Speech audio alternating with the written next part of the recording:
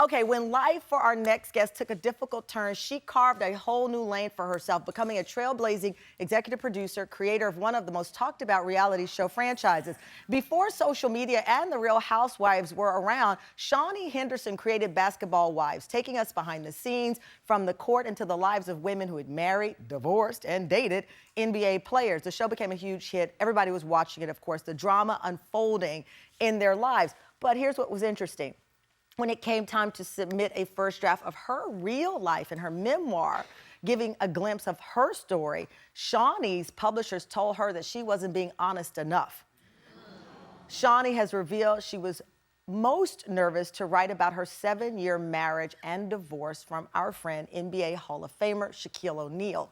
In her new book, Undefeated, Changing the Rules and Winning on My Own Terms, I love that title, Shaunie writes about life, being married to one of the biggest basketball greats, and finding new love and becoming the first lady of a church. Here's a clip of the audio.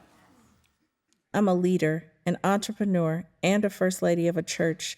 The self-knowledge and growth that's made those roles possible has come from sleepless nights, dark depression, anger over self-inflicted denial and dependency, and disgust at compromises I've made along the way. In other words, I have scars, but those scars have made me who I am. Wow. Tam fam, please welcome back to our show in person, Shaunie Henderson. Come on out, Shaunie.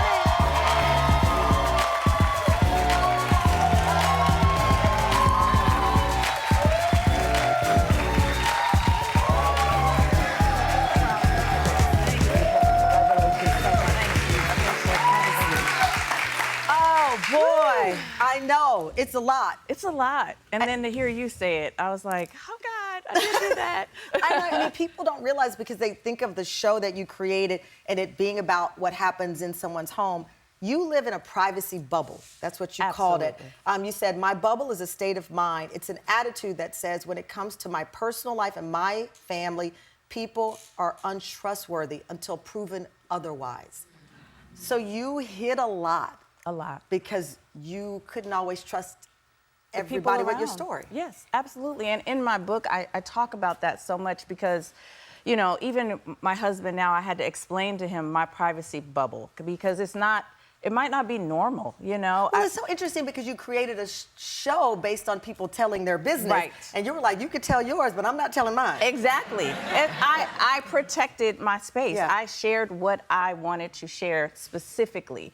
I grew up in a house where my mother was like, what goes on in our house stays in this house. So that's literally how I lived my life. Even in my book now, writing about it, I was not comfortable telling my story because my story involves my mom, my story involves my dad, my story involves my ex-husband. And it's not their decision to write a book, right? It was mine. So it was like I was shielding everything to protect everybody. You know, I've said on the show, I'm typically not a fan of memoirs because people reinvent stories, and then they would come on our show and I'd say on page 99, and then they'd say, I didn't say that. I'm like, it's in page 99. Right. I love that your publisher said to you, you're not being honest enough. You got to go back at it. I'm getting emotional because you go deep in this. Yeah. And it's why it's a beautiful book. You talk about your parents, and they were married 54 years prior to your dad's passing in March 2022. You wrote, growing up as a child, there was infidelity on your dad's part, and your mom could not forgive him for what he'd done, but stayed in the marriage. Yes. That leads you to a pattern, which you write about in your own marriage, in your marriage to Shaq for 7 years. You wrote, I'm not proud of the fact that I spent so many years in denial. It shows how easy it is to slip into patterns and become comfortable with them, even when they're toxic. Absolutely. Absolutely. And no one writes this manual, right, of how to do life. I wish. And I own my space. I own my decisions. I own the fact that I was in complete denial and saw things right in front of me, but just like, I was protecting myself. I was protecting my kids. I had this family, right? I didn't want to be a failure. To me, losing my marriage was failing. You wrote about that specifically. Yeah.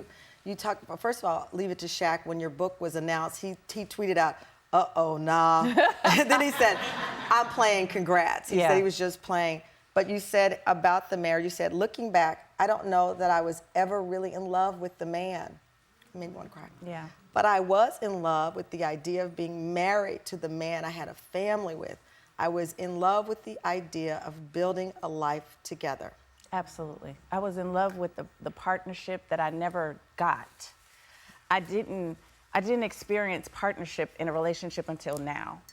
But, you know, Shaquille and I have a great relationship now. And beautiful children. And beautiful children. I would not change any part of my story, not one part of my story, no matter how depressed, how sad, how much of at the bottom I felt, I would not change one part of it because I feel like my reward is now. Like I am, you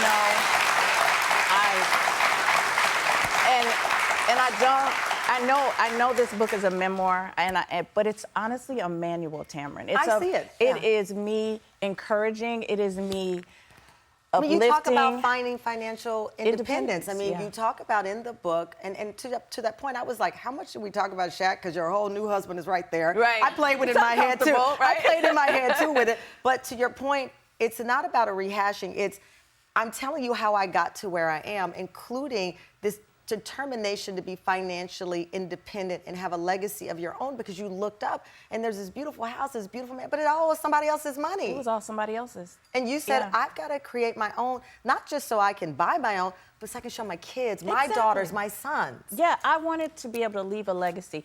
And again, in my book, I talk about that because I want to leave a legacy for my children. I turned around and realized I don't have a career. I don't have my own money coming in from somewhere. I don't have. And it wasn't until reality hit me in my face that I was like, wait a minute. I've been financially dependent on another human being this entire time, and I have nothing to show for it. Wow. Nothing. And literally built Basketball Wives out of survival mode.